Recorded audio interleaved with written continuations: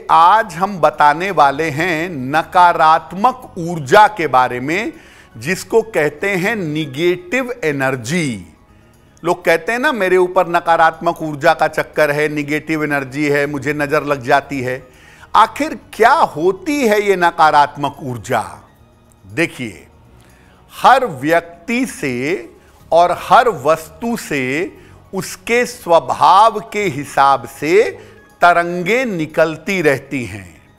मिठाई की अलग तरंग होगी, शराब की अलग तरंग होगी, अच्छे इंसान की तरंग अच्छी होगी। व्यक्ति के अंदर से जो तरंग निकलती है, चूंकि वो जीवित व्यक्ति के अंदर से निकलती है, इसीलिए वो ज्यादा प्रभावशाली होती है। और एक साथ जब ढेर सारी तरंगें इकट्ठा हो जाती हैं तो वो विशेष तरह की ऊर्जा बन जाती हैं।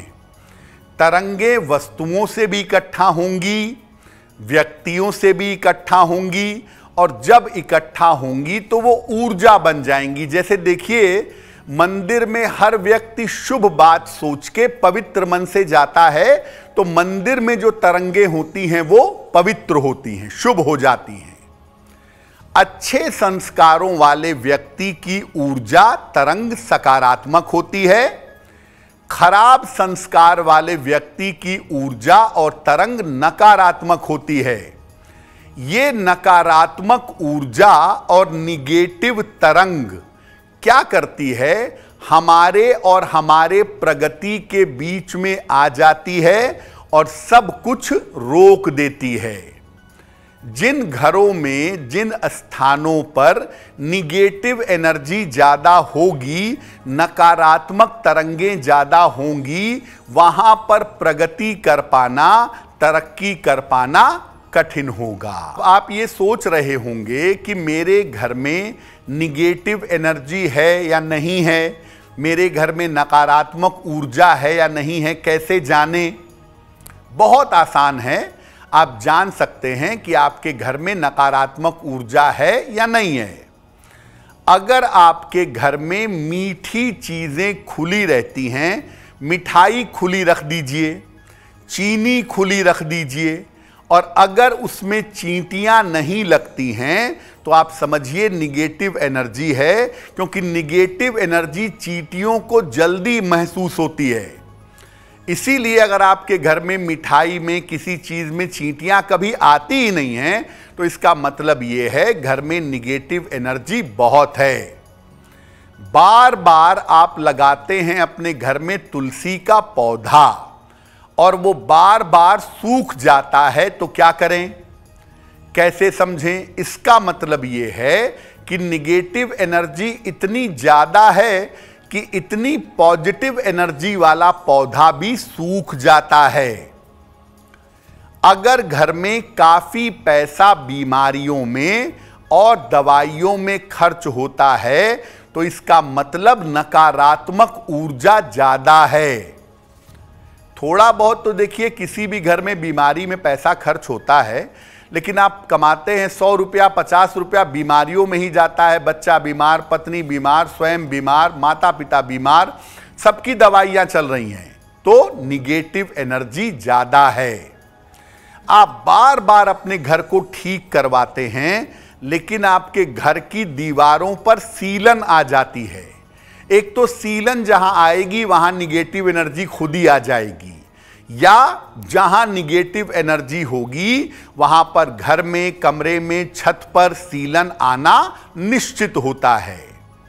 तो आप इन छोटे छोटे लक्षणों से समझ सकते हैं कि आपके घर में नकारात्मक ऊर्जा है या नहीं है।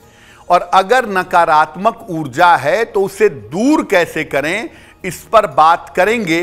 लेकिन आपको बता दें कि कार्यक्रम में आगे हम बताएंगे आपके जन्म की तारीख के अनुसार आज का दिन कैसा जाने वाला है, और आज के दिन का शुभ समय क्या है और उसका शुभ उपाय क्या है। आपको क्रोध आने लगेगा, आप बेचैन हो जाएंगे, आपका मन खराब हो जाएगा, या घर में बेवजह की इरिटेशन पैदा होगी। घर के लोगों में आपस में तालमेल बिगड़ेगा, पिता, पुत्र, पुत्री, पत्नी, संतान, सब में आपस में बेवजह की किचकिच चलती रहेगी। बिना वजह के आपके पैसे बीमारियों में खर्च होंगे या बिना वजह के खर्चे आ जाएंगे। कभी फ्रिज खराब हो गया, कभी दीवार टूट गई, कभी मोटर खराब, कभी गाड़ी खराब, अनावश्यक पैसा आपका खर्च होगा। जिन महत्वपूर्ण कार्यों के लिए आप लगातार लगे हुए हैं, वो तमाम महत्वपूर्ण काम आपके रुक जाएंगे। और बहुत सारे लोग ये कहते हैं ना कि मैं सबका भला करता हूं, मुझे अपयश मिलता है, मुझे नाम यश नहीं मिलता। वो भैया निगेटिव एनर्जी का चक्कर है। अगर निगेटिव एनर्जी आपके ऊपर भी असर डाल देगी तो आपके किए गए अच्छे काम के बावजूद उसकी रिकॉग्निशन नहीं होगी, उसकी मान्यता नहीं होगी। यानी देखिए, निगेटिव एनर्जी की जो सबसे बड़ी मुश्किल है वो आपको शरीर से और मन से तो नुकसान पहुंचाएगी ही, जीवन में आगे प्रगति और तरक्की नहीं करने देगी। अब ये जानते हैं कि अगर हमारे घर में, हमारे ऊपर निगेटिव एनर्जी है, नकारात्मक ऊर्जा है, तो उसको दूर कैसे करेंगे। देखिए, अपने घर में सूर्य के पर्याप्त प्रकाश की व्यवस्था करिए।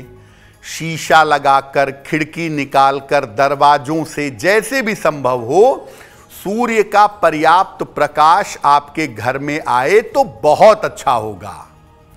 घर में ढेर सारे फूलों के पौधे लगाएं। आजकल इंडोर प्लांट्स भी आ गए हैं, तो घर के अंदर कमरों में भी इंडोर प्लांट्स आप लगा सकते हैं। कोशिश करें कि जब घर में पोंछा लगे तो उसमें वही नॉर्मल नमक 1 चम्मच डाल दें और उस पानी का पोछा पूरे घर में लगाएंगे। हर अमावस्या को घर की विशेष सफाई करें और जो वस्तु आपके काम की ना हो उस वस्तु को हटा दें। प्रातःकाल घर में मंत्र जप करें।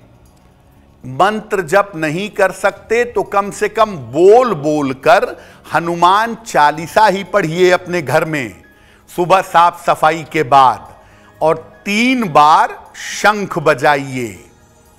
घर में गुग्गल की सुगंध वाली या चंदन की सुगंध वाली धूप बत्ती जलाइएगा।